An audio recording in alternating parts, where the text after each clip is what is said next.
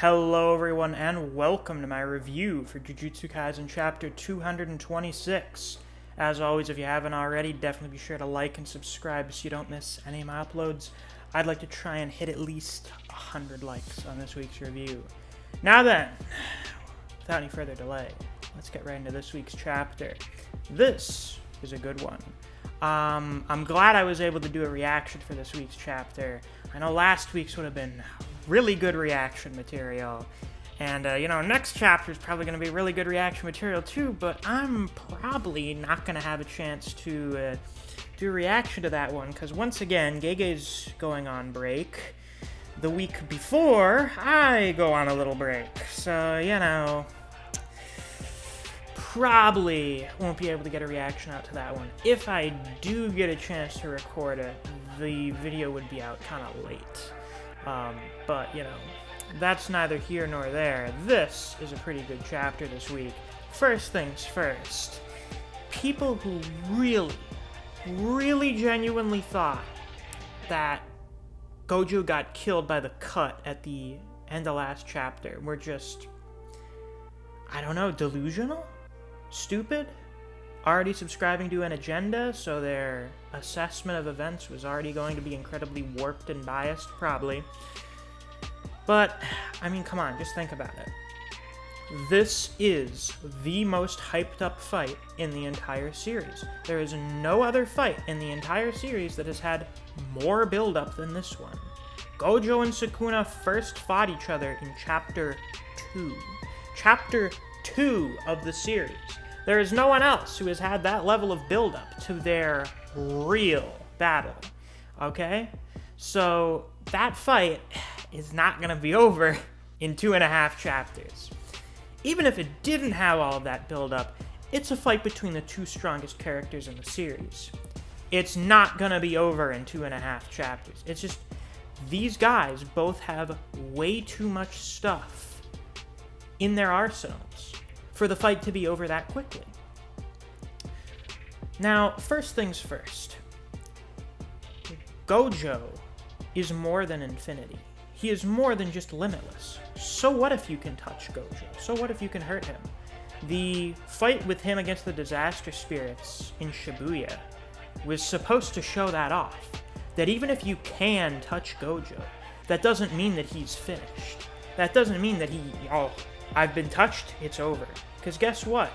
In any other fight with any other characters, they can also get injured. And they do get injured.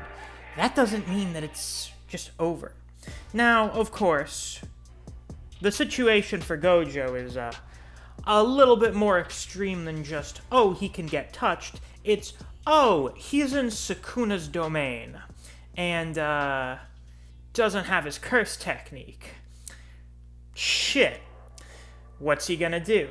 Well, like I and some other people figured he would do, he just starts using reverse curse technique to heal himself. Now, reverse curse technique is very costly, as gets pointed out in this chapter, because you have to, multiply cursed energy by itself. It uses twice the output of normal cursed energy consumption. So he's using up a shitload of cursed energy.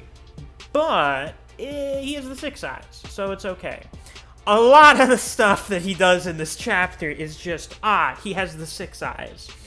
Now, of course, just one cut. Gojo's going to be dealing with a lot more than that, but, he's just fucking eating it here. As we see in this spread, which, honestly, I think is one of the best spreads we've gotten in a long time. It might be one of my favorite in the series. At least this middle panel of the spread. Oh my god, man. The shot composition, the shading, the detail on Malevolent Shrine, it's just so good. It is absolutely insane for Gojo to be standing here in this giant blender being cut to ribbons all over. His eyes are getting cut up and he's just not flinching at any of it. All he's thinking is Sukuna's laughing his ass off I'm glad. When it comes down to it, my Limitless is far better. Why is he thinking this as he is being thrown into a food processor? The reason he's thinking this is because just standing there and tanking it with reverse curse technique is a thing that he can do against Sukuna's technique. You can't do that when you get hit by the sure hit effect and unlimited void. You get hit with it and you're just like, oh, I can't do anything. I'm stunned. My brain's being overloaded with information and I'm dead. You can't do anything about it. In this way, reverse curse technique cannot be used to counter unlimited void's effects as far as we can tell. Who knows? Maybe we'll find out that's not the case later on. But that's what he means by it here. Now, Gojo does two things to survive being here in Malevolent Shrine. The first thing he does is he's just full blast using reverse curse technique. So even as he's getting diced up, he's just healing himself immediately. The other thing he does is he uses Simple Domain to protect himself from the sure hit effect. And his Simple Domain has gigantic range. Everyone else's that we've seen is just like a little bit beyond their personal space. Yuki's was kind of big, but hers was like maybe half the size of Gojo's Simple Domain. It's fucking giant. You could probably stand next to Gojo and be protected by his Simple Domain. It's crazy. And that's what you'd expect from the guy who is the strongest sorcerer in the modern day by a lot. So, it's to be expected. And this is all to buy time. Because after a certain point, Gojo stops using reverse curse technique to heal himself, and is instead using it to replenish Limitless faster. So at the end of the chapter, he latches onto Sukuna and then hits him in the face at point-blank range with Curse Technique Reversal Red. And it fucks Sukuna up. He's gonna heal that at the start of next chapter, obviously. But, the same goes for all the damage Gojo's been taking. So, tit for tat, I suppose. Now, this was something Yuta didn't even know was possible. This was something we didn't know was possible because no one else has ever done it before. It sounds like kind of a bizarre concept, but I suppose you could just view it as just an extension of curse technique, or reverse curse technique's refreshing of the body. If the curse technique is an extension of the body, then, reverse curse technique should be able to replenish it faster, I suppose. But why has no one ever done this before?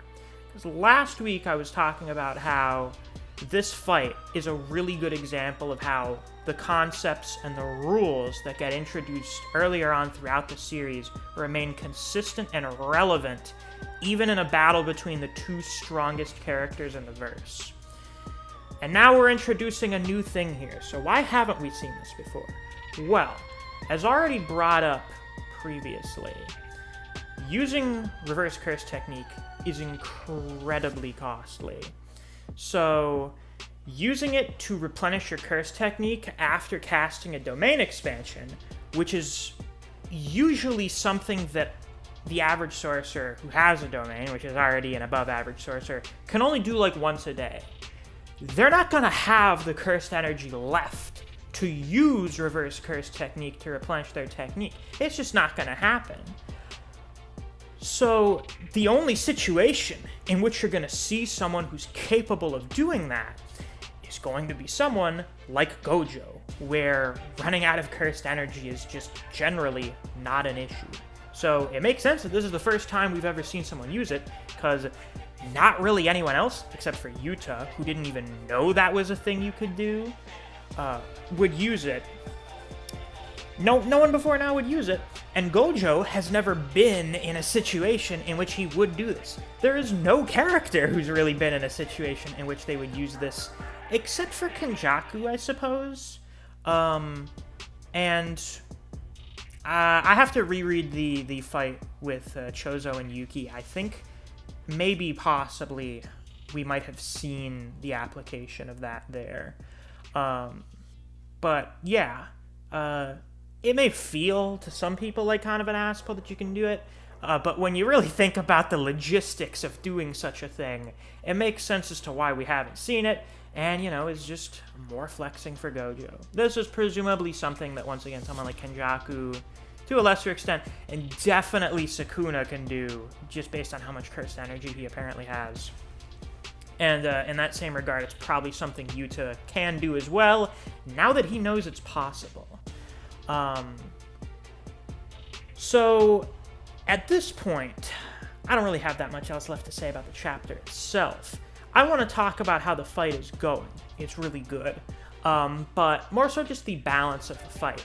Because after last week, a lot of people were like, it's over for Gojo, he's done, he's finished. This was obviously a stupid take for a number of reasons that I already listed previously. But I think a lot of people, now I haven't seen a lot of discussions yet, because I haven't really looked at any of the discussion threads, and the server discussion channels are not that active yet. We'll see a lot more after we get the Viz release. I haven't seen a lot of people talking about what a great position Gojo is in at the end of this chapter. He is at an incredibly advantageous position. And let me explain why. At the start of the chapter, it's brought up that since Sukuna doesn't have a barrier for his domain, Gojo should just be able to escape. However, since he can't use his curse technique right after using his domain, he's not able to just teleport out. Now that his technique is back, he's able to do that. And theoretically, Sukuna would not be able to just shift over his domain. I know that's kind of a thing you can do, but I have a feeling that probably requires a barrier, so that may actually be one weakness of a barrierless domain, is you can't just move it around the way Hakari did with his domain. So Gojo can just escape. And for Sukuna, that's really bad, because that means that Malevolent Shrine doesn't really have any reason to be where it is anymore, so he'll have to leave his domain in order to pursue Gojo. And once he leaves his domain, he's not going to be able to use his curse technique for a minute. We now know that he can use reverse curse technique to replenish it faster. However, there will still be a gap in which he doesn't have it. One possible caveat to this is if it's only the technique that you use for the domain, he may still be able to use 10 shadows, but we'll have to find out the exact details on how it works. So that's still a possibility.